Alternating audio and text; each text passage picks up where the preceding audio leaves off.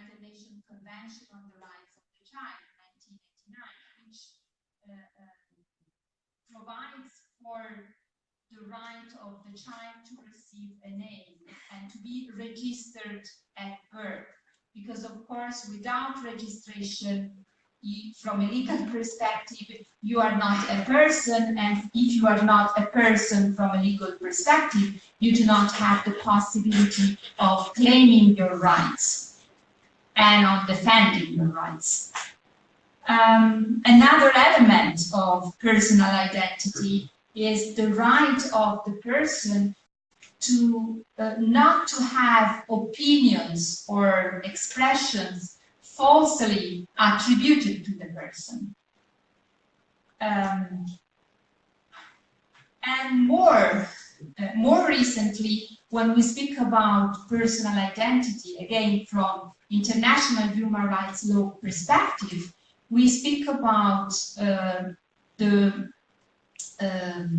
personal sphere of every human being. And the personal sphere comprises, for example, the right to choose sexual orientation and the right to, in an autonomous way, to make choices refer to the health of the person.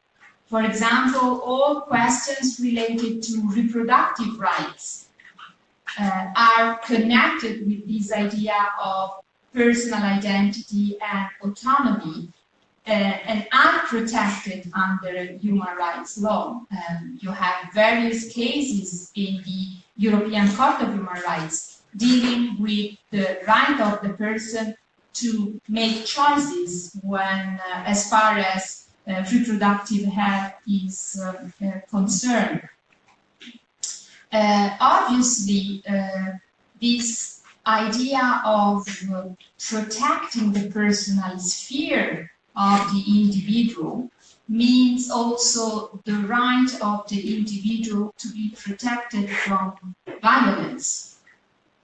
And for example, again, quoting the European Court on Human Rights, when the court deals with cases of domestic violence, the court makes reference to Article 8 of the Convention, which deals with the protection of the personal sphere of the individual, the private sphere of the individual.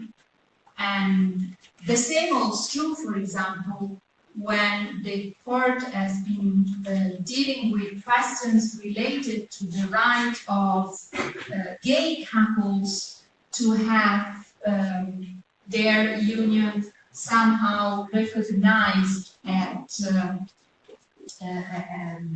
say, administrative and legislative, from an administrative and legislative perspective. So again, the question of recognizing that an individual, in order to fully express his or herself, needs to have a legal protection of all those various cases of his or her identity. Other examples could be made on the rights of people who have been adopted to know about their origin and how to balance the right of the natural parents not to be known and the right of the adopted child or adopted person to know about the origins. And once more, the court has underlined the relevance for the person to know about the origins, because those are essential elements in order to fully constitute the personality of the subject. So when we speak about protection of identity under in legal terms, and especially in under international human rights law, we are definitely not only speaking about the traditional concept of identity, which is a document, a passport, a name, a citizenship, but we are speaking about much more. And the case, at least the most recent case, though, of the European Court of Human Rights, not only the European Court of Human Rights, also the UN Committee on Human Rights, recognizes this idea that personal identity is actually everything, all those aspects that help to define a person and to distinguish this person from the rest of the world. So what makes the human being unique? This is the personal identity, and this needs, of course, to be protected also from a legal point of view, in order for this person to fully enjoy, let's say, in an harmonious way, his or her life. And I will stop here. And of course, I'll be happy to have all questions on that. And I pass the floor to my colleague, Giovanni, unless you have questions now, Ali. Yes, now it will always take a little bit because the person come up to the microphone so you can understand you, but there is a question.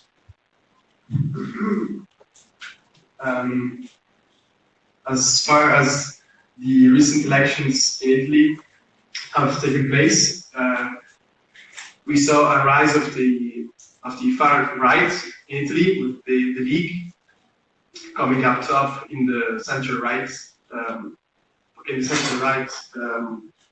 wing. And I wanted to ask whether these human rights are going to be protected the same way, whether they're I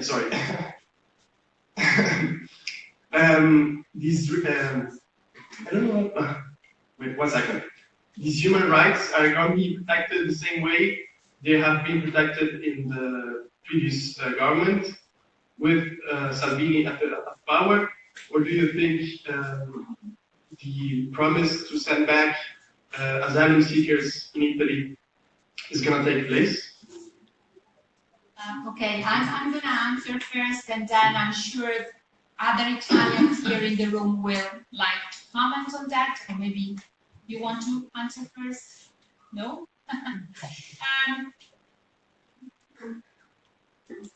Okay, here I'm going with my personal views, so it's not an academic view, or only partially an academic view. Well, first of all, you have to make a difference between what you promise during elections, when you speak on a square, and what you are really going to do once you are sitting in the House of Parliament. I mean, at least in Italy, there is a huge difference between those two things. Promises made during elections and actual actions. As far as actual actions are concerned, the promise to expel hundreds of thousands of persons in a very short period of time is simply impossible. So it's a fake news, put it this way. Why? From a legal point of view, it's impossible. So politically, you might wish to do so, but from a legal point of view, the state as an institution cannot do so.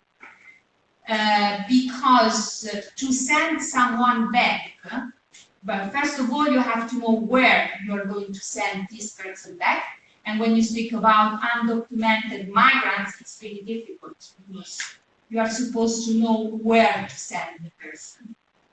And first, once you have decided where the person is to be sent back, you need to have an agreement with the state, an international agreement with the state who has to accept that. And Italy has not got those agreements, those international agreements, standing with many states. Actually, I think we have only 3 or 4 of them. So what about the rest? And from a human rights perspective, which is again legally binding on the Italian state, because the Italian state has ratified a certain number of human rights treaties, although maybe Salvini would prefer not to have, but they are there. So unless you change the situation, I mean, or at least until you change the situation, those legal rules are binding. And to send someone back or to expel someone, you have to make sure that the person is not sent in a state where the person is at risk of serious human rights violations. So those are the rules. Now, rules can be violated, that's true, unfortunately, but it's very difficult for the chief of a government to make a blatant refusal of applying rules.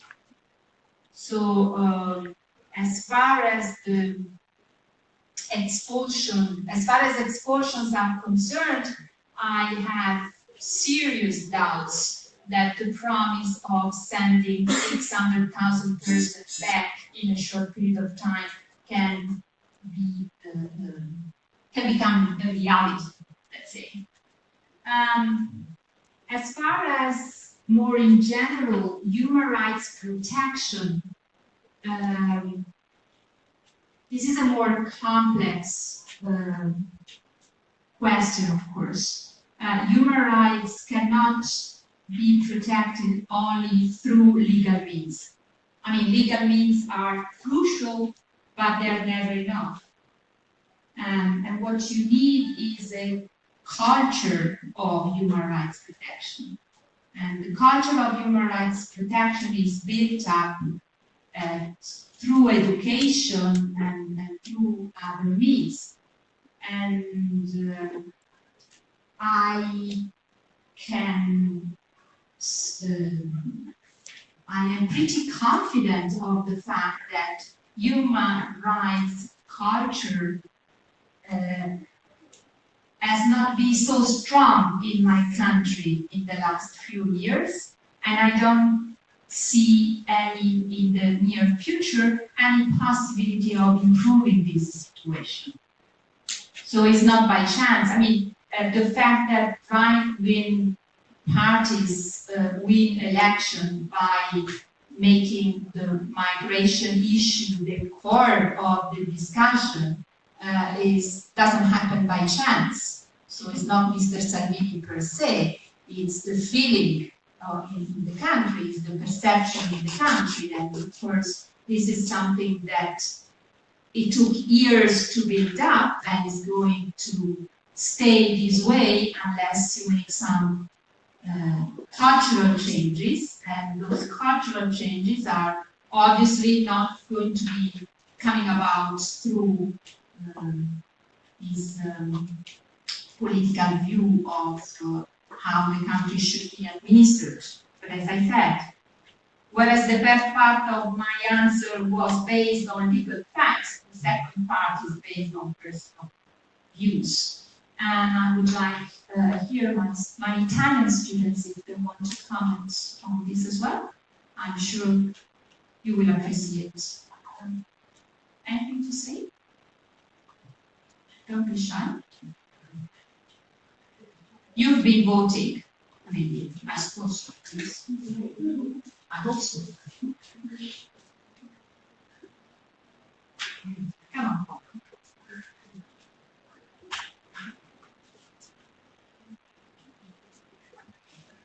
No use?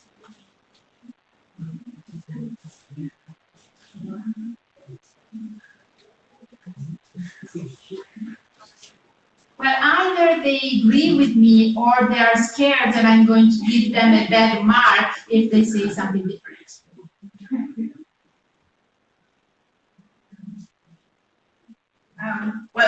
We have some more questions, I think, but we do have a problem with our microphone, with our audio. So can we take a 2-minute break where we're trying to adjust it so we can actually hear you better? Because we really have troubles